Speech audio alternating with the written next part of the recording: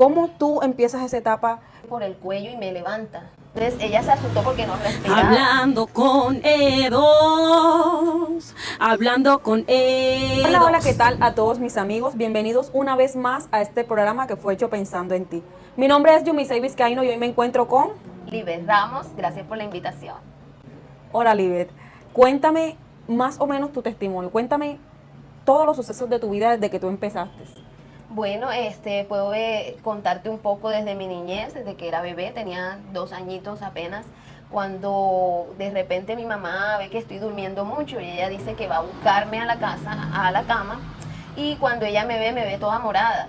Y entonces ella se asustó porque no respiraba y de repente yo empecé a convulsionar. Ella dice que salió corriendo inmediatamente para la clínica y el médico le dijo que ya yo había llegado muerta. Pero ella, aún sin conocer de Dios, ella se arrodilló y empezó a rogarle a Dios que me trajera la vida. Y gracias a la misericordia de Dios, pues ese milagro sucedió y hoy estoy aquí.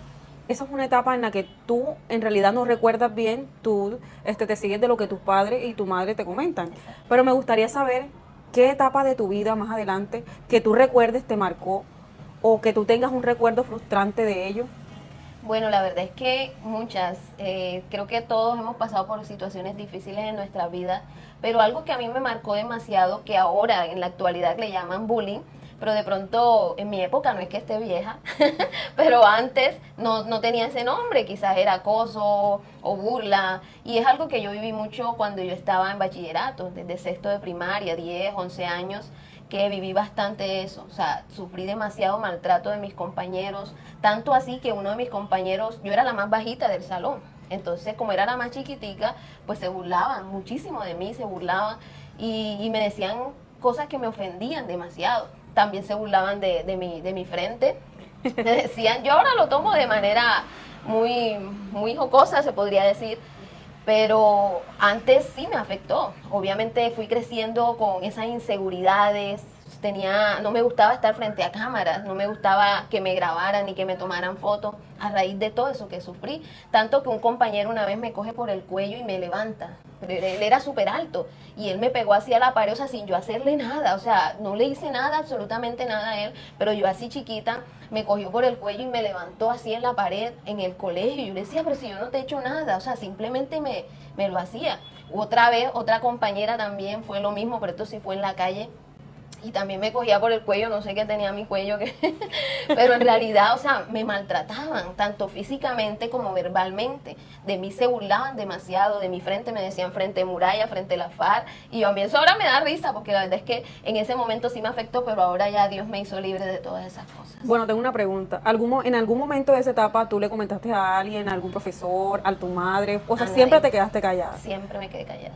Teniendo en cuenta que en este tiempo, que sí se llama bullying, y que hay muchos niños que están pasando por esta situación, niños, adolescentes, aún adultos que están pasando por esta situación, están callados y que nadie nos escucha, o de pronto, como no se expresan, pues la gente no sabe qué es lo que les está pasando. ¿Qué mensaje tienes para ellos? Siempre hay que hablar con su familia, con alguien que los pueda ayudar, porque en realidad le doy gracias a Dios que a mí eso, a pesar de que afectó de pronto que me sentía insegura, como que me sentía como que nadie me amaba, nadie me quería, como que todos se burlaban de mí, gracias a Dios nunca llegué de pronto a pensar en quitarme la vida, pero lastimosamente ahora sí hay jóvenes, niños, muy niños, que desde ya piensan en quitarse la vida y es algo muy doloroso, pero lo mejor es hablar, o sea, habla con alguien, que tú puedas decirle a esa persona lo que te está pasando, no tragarte todo, no guardarte las cosas, porque eso te va afectando y te va llevando a traumas muy grandes en tu vida. Que incluso, como dice ella, puede hacer que un niño se quite la vida. Así es. Pues también opino que siendo padres o madres debemos inculcarle a nuestros hijos, ¿cierto? Claro, Darle la confianza. Exacto, también. darle la confianza de que hablen con nosotros. Tengo entendido que eres cristiana, ¿cierto? Así es. ¿Cómo tú empiezas esa etapa en el cristianismo? ¿Cómo tú conoces eso? Bueno, la verdad es que a mí, mi mamá, ella es pastora en la actualidad. Desde los 3 años nos llevaba a la iglesia. Nosotros íbamos a la iglesia, yo danzaba en la iglesia, cantaba en la iglesia, ujier en la iglesia, yo hice de todo en la iglesia desde niña y evangelizábamos y muchas cosas, pero yo lo hacía más como que, no, o sea, simplemente iba a la iglesia y me ponían a hacer esto y yo lo hacía, me ponían a hacer esto y yo lo hacía desde muy niña, pero de verdad yo siento que no tenía un encuentro verdadero con Dios en ese momento. A raíz de todo esto, pues yo fui creciendo, yo fui de pronto yendo a la iglesia, pero yo andaba también, como decimos acá, en las dos aguas. Yo iba a la iglesia, pero también estaba haciendo de pronto cosas ocultas. De pronto no llegué a hacer, digámoslo, algo así como extremo, pero sí, de pronto iba a fiestas o me encontraba con mis amigos, mis amigas, y era así, yo tenía esa vida. Yo iba a la iglesia, pero después que salí a la iglesia, recuerdo que una vez, pues, yo dije que iba para la iglesia y no iba. Mi mamá creía que yo estaba en la iglesia, pero yo no fui a la iglesia, yo me fui para una fiesta con unos amigos. Mi mamá creo yo que nunca, bueno, ahora se va a enterar. pero, o sea, en ese momento yo no pensaba nada malo, o sea, yo creía que esa era la vida que uno tenía que tener, pero ahora reflexionando todo esto y le digo, Dios mío, aún yo muchas veces le pido perdón a Dios por cosas que hice, pero yo decía que de verdad yo necesitaba un encuentro con Dios. A raíz de todo esto, bueno, cuando entra mi adolescencia, mi papá nos abandona.